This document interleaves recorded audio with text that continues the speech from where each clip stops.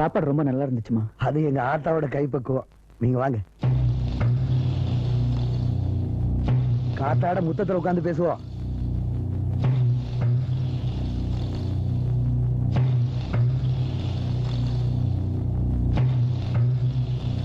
உட்காருங்க. எத்தனை போடுங்க. பழக்கம் இல்லைங்க. என்ன பாரதி, நீ சாப்பிடல? சாப்பிடுங்க ஐயா. தம்பி, ஒரு நாளைக்கு உங்க அப்பா அம்மாவை நம்ம வீட்டுக்கு வர சொல்லுங்க, ஒரு விஷயம் பேசணும். என்ன விஷயங்க? திடீர்னு அப்பா அம்மா எல்லாம்? சரி, நீங்க படிச்ச புள்ள, உங்ககிட்ட சுத்தி வளைச்சு பேச வேண்டியது இல்ல. என் பொண்ணு கண்ணம்மாவை உங்களுக்கு கல்யாணம் பண்ணி வைக்கலாம்னு நினைக்கிறேன்.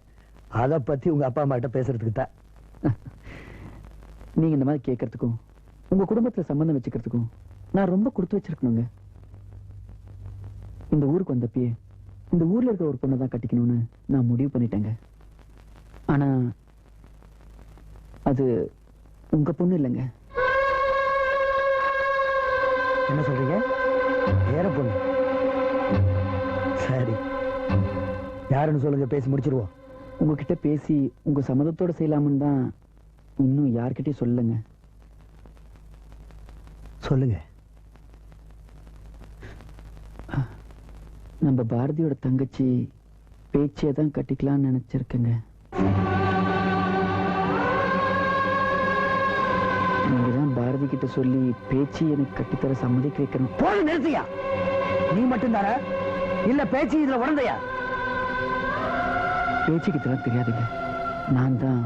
அதான் நீதான் என்ன பேசணும்னு யோசித்தான் பேசுறியா? யாரு போய் யார் குடும்பத்திலேயே பொண்ணு எடுக்கிறது? நம்ம சாதி என்ன, தகுதி தராதரம் என்ன, அதையெல்லாம் மறந்துட்டு பேச்சு கட்டிக்கணும்னு உனக்கு எப்படியா தோணுச்சு? அப்படியே நீ கட்டிட்டு போனா உங்க அப்பா ஏத்துக்கு வர அல்லது ஊர்ல ஏத்துக்குமா? உங்க அப்பாரு மானம், மரியாதை, கௌரவம் எல்லாம் காத்துல பறக்கும். இந்த விஷயம் தெரிஞ்சா இப்படி ஒரு பிள்ளைய பத்திட்டமே உங்க அப்பா தூக்குல தொங்க மாட்டாரு. நான் ஏதோ நம்ம சாதியில ஒரு பொண்ணா இருக்குன்னு நினைச்சேன். நீ இப்படி சொல்லுவேன்னு யாருக்கு தெரியும்? நடக்காது, இது நடக்காது. ஏன் ஊர்ல இப்படி ஒரு காரியம் நடக்கவும் நான் விட மாட்டேன். மனசுக்கு பிடிச்சவளை கல்யாணம் பண்ணிக்கணும்னு நினைக்கிறது தப்பாங்க. நீ நினைக்கிறதுக்காக அவளை நான் கட்டி வச்சேன்னா நாளைக்கு ஊர்ல இருக்கிற எல்லா சாதிக்கார பையனும் எல்லா சாதியிலையும் வீடார வந்து பொண்ணு கேட்பாண்டா. தப்பா நினைக்காதீங்க. இதே நிலைமை உங்க பொண்ணுக்கு ஏற்பட்டிருந்தா நீங்க ஒத்துட்டு தானே ஆகணும். அப்படி ஒரு நினைப்பு என் பொண்ணுக்கு வராது. வெள்ளச்சாமி தேவை ரத்தத்துக்கு பிறந்தவிடாவ. அப்படி நீ சொல்ற மாதிரி ஒரு நிலைமை வந்துச்சுன்னு வச்சுக்க, என் பொண்ணை வெட்டி புதைச்சாலும் புதைப்பட தவிர நம்ம சாதிங்கிற அந்தஸ்தை வேறோட அழிய விட மாட்டேடா. நீ அசல் ஊருக்காரங்க உன்னை சும்மா விடுற. இதே என் ஊருக்காரனா இருந்தா இந்நேரம் ஒரு குழந்தை இருந்திருக்கும்.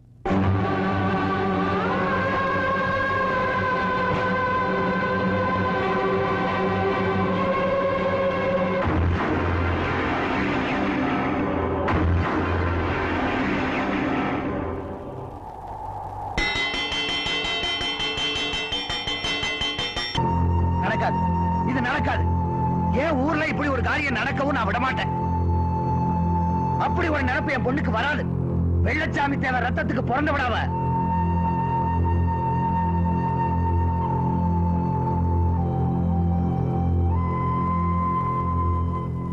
இன்னும் தூங்கலையாப்பா?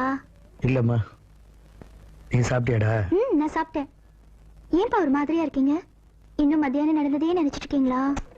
அந்த ஆபீசர் நல்லவன் நினைச்சேன். அவன் என்னடான்னா? அதை விடுங்கப்பா. உங்களுக்கு மருமகனா வரத்துக்கு அவருக்கு கொடுத்து வைக்கல, அவ்வளவுதானே. இந்த காலத்துல இதெல்லாம் சகஜம்பா. படிச்சவர் வேற. படிச்சு விட்டா பண்பாடு பழக்க வழக்கம் மாறி போயிடுமா? பசுமாடு பால் கொடுக்கறதுக்காக நடுவீட்டுல கொண்டா கட்ட முடியுமா?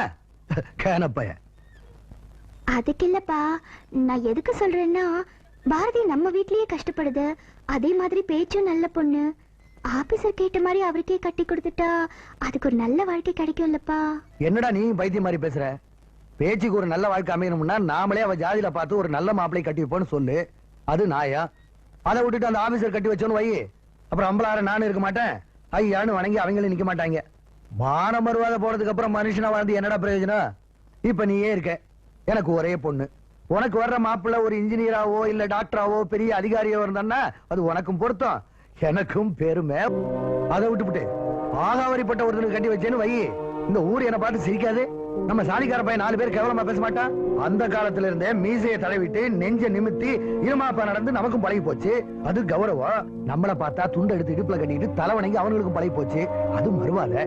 அதை எப்படிமா திடீர்னு மாத்த முடியும்?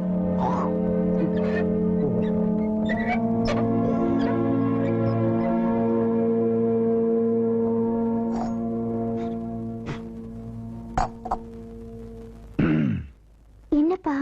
அது பேச்சிங் ஆபத்திலேயே சுண்ணாம்பு அதிகமா தடவிட்ட போல் இருக்கு. நாக்கு பொத்து போச்சு பாரு. சரி சரி, மணி ஆகி போச்சு, நீ போய் படுத்தாய்.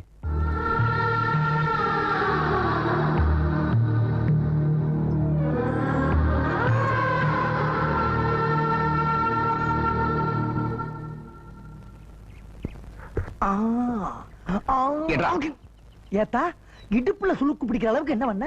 நம்ம பக்கத்து வீட்டு சரச புருஷன் இல்ல? யாரு? அந்த மிலிட்டரியில இருந்து வந்திருக்கானே அந்த பெருசா?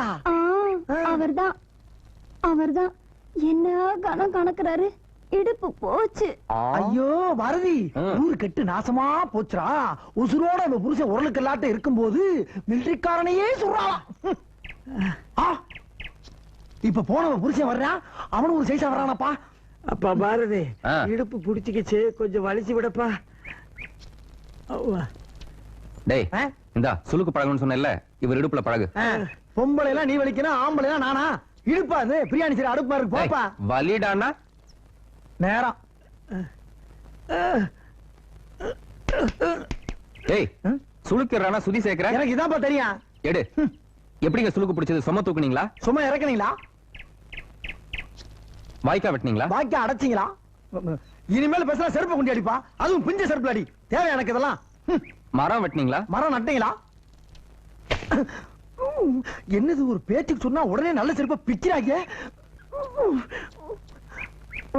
யோ கேக்குறேன்ல, சொல்லியா? மில்டிகாரம் பொண்டாட்டி சரஸ் இருக்கல்ல? ஆமா ஆமா. டேய், ஆமா, அவளுக்கு என்ன? பாவி மாவா, என்ன கணக்கணக்கறா அவனுமா? யோ சுளுக்கடிச்சு சொன்ன துப்புறேன். இந்த சுளுக்கு துப்புறான் தான் போவோம். இந்தா இந்த எண்ணெயை கையில வச்சு தேய்ச்சிட்டே போ. போய் தொலை போயா. கர்ம கர்ம ஊராடாது. இவன் முண்டாட்டி அவன் வச்சிருக்கேன்றியா, அவன் முண்டாட்டி இவன் வச்சிருக்கேன்றியா. யாரு முண்டாட்டிடா தப்பா சொல்றேன்? மிலிட்டரிக்காரனுக்கு அவன் முண்டாட்டிக்கு ராத்திரி எல்லாம் ஒரே சண்டை. நானும் என் முண்டாட்டியை விளக்க போறனால வந்து சுளுக்குறாது. இதுக்கு மேல ஏதாவது பேசுனேன் நாக்க இழுத்து வச்சு கடிச்சிடுவேன். ஆமா. ஏய் நில்றா. ஏப்பா போறவர் எதுக்கு கூப்பிடுற நீ? நீங்க போங்கண்ணே. சொல்றேன். என்ன சொன்ன இப்போ? நாக்கு இழுத்து வச்சு கடிச்சிருவேன். ஒரு பெரிய மனுஷன் அப்படியே சொல்லாம நீ? அவர் கோவப்படுறாருல, அவரெல்லாம் அடிச்சா தாங்கல. நீ பொழைச்சு போ போ போ. சொன்னதை செய்டா. நாக்கை இழுத்து வச்சு கடிடா. இவன் நாக்கை இழுத்து வச்சு கடிறானா? நம்ம ரெண்டு பேரும் அண்ணன் மாதிரி பழகிட்டு இருக்கோம். எப்படா எப்படா நம்ம அண்ணன் மாதிரி பழகணும்? கடிடா. கடிக்கையில அடிக்க வரணும். போங்கடா.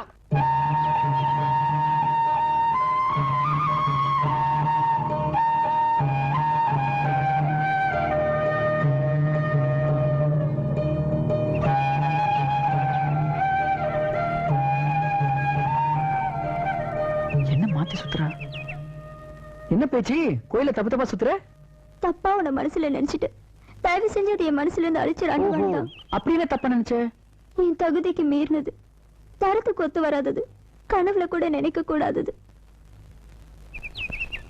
எனக்குன்னு ஒருத்தன் அழுக்கு வேட்டி, கரை விழுந்த பல்லு, கருத்து போன உடம்பு, என்ன தேய்ச்சி சீவாத தலை, கும்பிட்டு கும்பிட்டு கூண் விழுந்து முதுகோடு இருக்கிறவன் தான் புருஷனா வரணும்னு இருக்கிறப்ப இந்த பேச்சு பேண்ட் சட்டை போட்டு ராசா மாதிரி இருக்கிற ஒண்ணு நினைச்சது தப்பு தானே? என்ன உனக்கு? யார் உன்னை குழப்பினது? குழம்பி போயிருந்தேன்னா இப்பதான் தெளிவா இருக்கேன். இது வரைக்கும் நான் ஆசைப்பட்டதெல்லாம் எங்க அண்ணன் வாங்கி கொடுத்துருச்சு. ஏன்னா அதுக்கெல்லாம் சாதி இல்ல. இப்ப நான் ஒண்ணு கேட்டேன்னா எங்க அண்ணனால வாங்கி தர முடியாது. உனக்கு மட்டும்தான் சாதி இருக்கு. நீ உசந்த சாதி. தங்கச்சி கேட்டதை செய்ய முடியலையே எங்க அண்ணன் மனசு அடைஞ்சு போகும். நான் உசிரியே வச்சிருக்கிற என் அண்ணன் மனசு கஷ்டப்பட்டா என்னால தாங்க முடியாது. தயவு செஞ்சு நான் மறந்துடு. நல்ல வேலை ஆரம்பத்திலே அது நடக்காதுன்னு என் மனசுக்கு பற்றுச்சு. நானுக்கு கனவோட பழகிட்டு நாளைக்கு பிரிஞ்சோன்னா வேண்டாயா, என்னால தாங்க முடியாது. நெஞ்சுக்குள்ளே அடைக்குது. பேச்சி, உங்க அண்ணன் கிட்ட நான் பேசுறேன். நடக்காது. பேசினாலும் முடியாது. எனக்கு எப்படி எங்க அண்ணன் உசுரும், எங்க அண்ணனுக்கு அம்பளாரு என்ன உசுரும். அவர் தான் அந்த ஊரே. அவர் எதிர்த்து நாம போய் வேண்டாயா, எனக்கு பிடிக்கல. இனிமே பார்க்காத.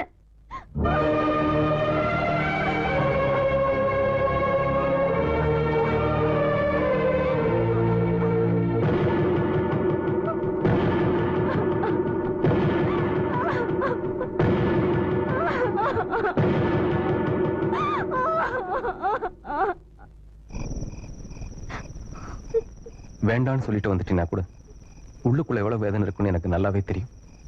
இந்த வேதனை நமக்கு மட்டும் இல்ல, நம்மள மாதிரி 1000 பேர், லட்சம் பேர் உலகம் புறாவும் இருக்குமா. இந்த ஜாதி, சம்பிரதாயம், பழக்க வழக்கம் எல்லாம் மாறவே போறதில்லை, மாத்தவும் முடியாது. நாம மாறிக்கிறதா புத்திசாலித்தனம். நீ மாத்திக்கிட்ட பாரு, எனக்கு பெருமையா இருக்குமா. நாட்டு முனி கருப்பண்ண சாமியெல்லாம் கீழ் ஜாதியின் கோயிலுக்கு வெளியே வச்சுட்டு மற்ற சாமியெல்லாம் மேல் ஜாதியின் கோயிலுக்கு உள்ள வச்சு கும்புற சாமியவே ஜாதியை வச்சு பிரிச்சு பார்க்குற மனுஷனுக்கு மத்தியில நாம மட்டும் ஜாதியை மீறி போயிட முடியாதுமா.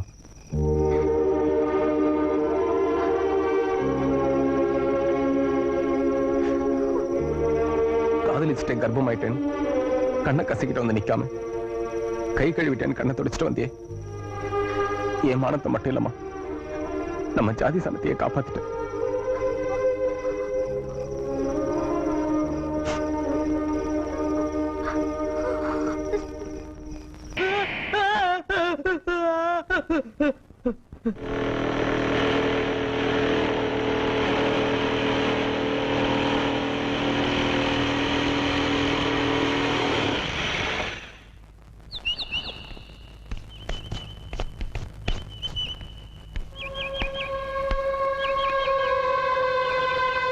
இந்த உச்சி வெயில உட்காரத்துக்கு உனக்கு வேற இடம் கிடைக்கல? சொல்றது காதுல வெள்ளையா? 3 முடிச்சு போடுறது இதுல எதுக்கு? ஒரு விளையாட்டு தான். விளையாட்டா? என்ன விளையாட்டு? முதல்ல கட்டி விடு சொல்றேன். கட்ட வேணாம், கழட்ட வேணாம், முதல்ல எங்கிட்டு வா. கட்டி விட்டா தான் வருவேன். உன் பிடிவாதம் இருக்கே, தாங்க முடியல. இதையே கழுத்துல கட்டுன்னா அடம் பிடிக்கிற. உன் அடம் எனக்கு பிடிக்கல. எனக்கு பிடிச்சிருக்கே. இங்க பாரு. என்ன இது? கால் கட்டு. ஏன் இப்படி எல்லாம் செய்யற? நான் உன் மனசுல இருக்கிறேனா தெரிஞ்சுக்கதா. நீ என்ன விரும்புறேனா இப்படியே இறங்கிடுற, இல்லன்னா உள்ள குதிச்சிடுவேன். நான் இந்த கிணத்துல தான் விழுந்து சாகணும்னு என் தலையில எழுதியிருக்கு. அதை யாரால மாத்த முடியும்? கண்ணம்மா, கிளிப்பிள்ளைக்கு சொல்ற மாதிரி சொல்றேன். உனக்கு என்ன புத்தி பதிலிச்சு போச்சா? உன்னையே நினைச்சு மறுத்து போன மனசு இனிமே மாத்த முடியாது. உங்ககிட்ட பேசினா பைத்தியம் தான் பிடிக்கும். முடிவு? பயங்காட்டுறியா? சாகணும்னு விதி இருந்தா அதான், யாரும் கூட வரப்போறதில்ல.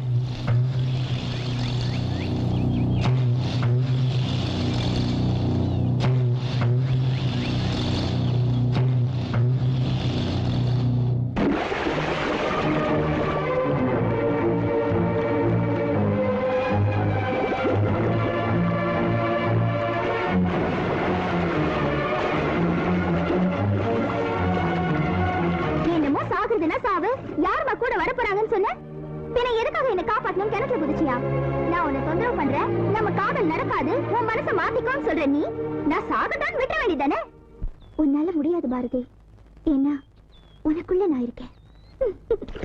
நீ மனசுக்குள்ள ஆசையை வச்சுக்கிட்டு என்கிட்ட சொல்லாம இருக்க, அது கண்டிப்பா ஒரு நாள் வெளியே வரும்.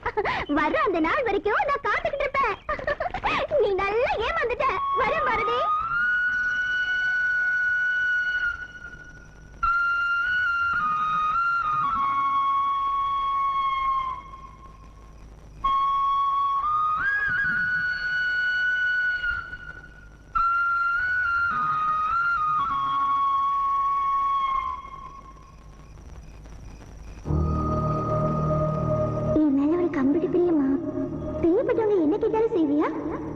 பாரதி என் குடும்பத்தில் ஒருத்த மாதிரி, என் நம்பிக்கையை அவன் எப்பவும் கெடுக்க மாட்டான்.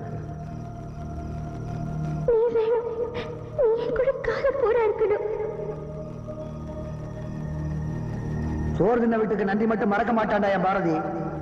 பாரதி, நான் உன்னை பார்த்துக்கிட்டே இருக்கணும். அது நடக்குமா? என்ன உங்க சேர்த்துக்கலையா? உங்க அப்பங்காலத்துல இருந்து விசுவாசமா உழைக்கிறீங்களே, உங்களுக்கு அந்த பேர் தேவையாடா?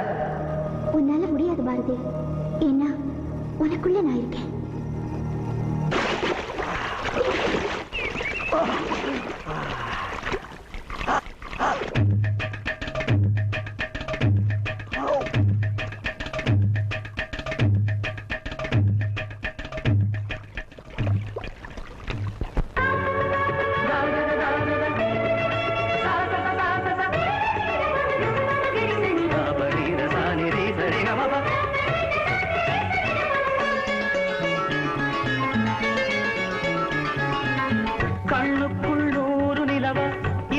கனவா கைக்குட்டை காதல் கடிதம் எழுதிய உறவா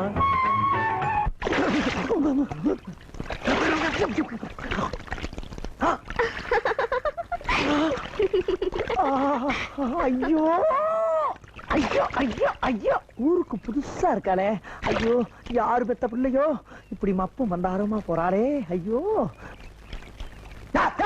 அம்மா ஐயோ ஐயோ துண்டு தண்ணியில அடிச்சு போயிருச்சே வேற துணி வேற கொண்டு வரலையே நான் எப்படி வீட்டுக்கு போவேன் கர்மம் கர்மம் ஆஹா ஒரு கிழமை வர்றாயா அவன் வெட்டியை உறிஞ்சிட வேண்டியதான் சித்தபாய் என்ன என் மானகாத்த மகாராஜா கொஞ்சம் சீக்கிரம் வாராஜா என்னடா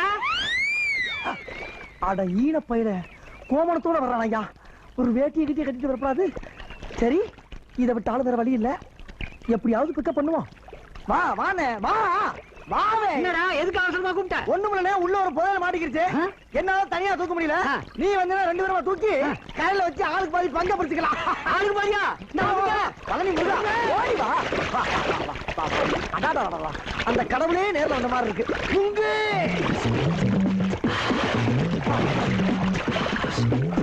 அவுட்டாச்சா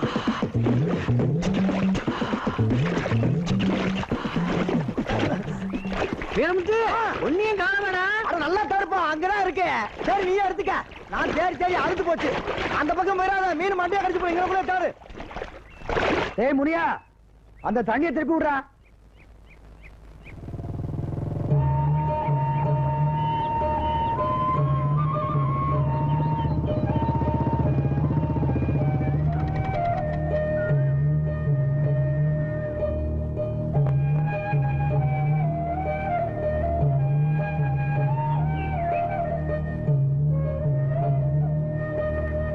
எனக்கு இந்த ஊர்ல வேலை முடிஞ்சிச்சுங்க நாளைக்கு வேற ஊருக்கு கேம்ப் போறேன்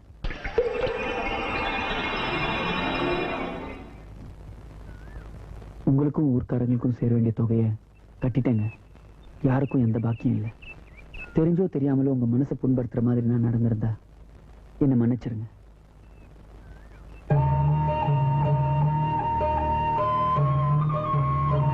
இந்த ஊருக்கு வரும்போது மனசுல ஒண்ணும் இல்லாம ஃப்ரீயா வந்தேன் போகும்போது உங்க ஆசையும் நிறைவேற்ற முடியல நான் நினைச்சதும் நடக்கலைங்கிற மனபாரத்தோட தான் போறேன்